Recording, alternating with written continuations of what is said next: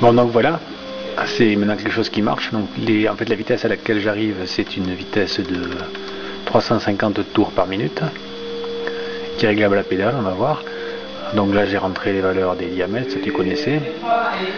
L'engin est connecté sur USB, du coup ces boutons sont actifs.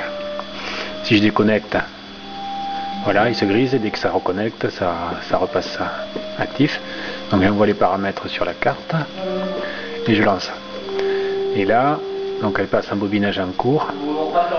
J'arrive à afficher les steps en temps à peu près réel, ainsi que les spires sur le bobinage et le nombre de couches pleines.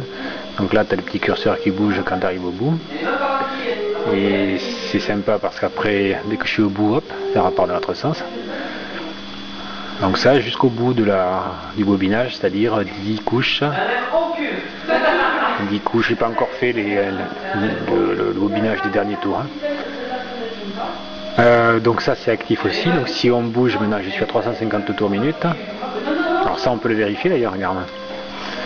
Si on met le pic kit ici et que je fais activer les signaux, hop, j'arrive ici sur une fréquence quand même qui est de 9523 Hz. Ce qui est quand même beaucoup plus que ce que j'espérais avoir, puisque j'espérais avoir 2600 Hz. Bon là je n'ai affiché que ce axe, mais l'autre axe travaille aussi. Donc voilà, la fréquence elle est là. Hein. 9523 Hz. Si jamais je bouge les curseurs ici, donc la pédale. Si je bouge la pédale, ça se met à ralentir, donc là je suis plus qu'à 7 tours minute. Donc je vais lancer l'acquisition du signal. Et hop, donc là on est effectivement beaucoup plus lent comme step. Hein. À tel point d'ailleurs qu'on ne les voit pas à cette échelle. Hein. Il faudrait que je change d'échelle pour passer à, mettons, 250 kHz. Même là on ne les voit pas. Si, voilà, donc là je suis à une fréquence qui est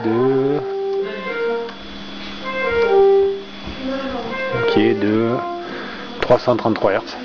Donc là la variation de fréquence à la pédale fonctionne. Et elle fonctionne en temps réel. Donc tu peux bouger là, hop, regarde, ça se met à avancer plus vite. Donc pour l'instant, lui il a fait 4 couches. Si je diminue le nombre de spires pour le passer, mettons, à 500, à 600, allez on va mettre 600. Donc ça il ne faut pas le faire en temps réel normalement, mais je le fais. Hein. Donc lui il a plus que 6 couches à faire, donc il va bientôt s'arrêter là. Donc il fait la 5e et il finit la 6e. On va le laisser terminer.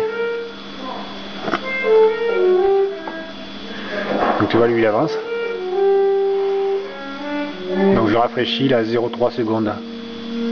Et paf, il s'arrête. Donc là il a terminé toutes les couches. Il a tout bobiné. Voilà, c'est à peu près ce que tu voulais là. Maintenant il reste qu'à montrer le deuxième axe et à régler tout ça quoi. Je te le fais passer.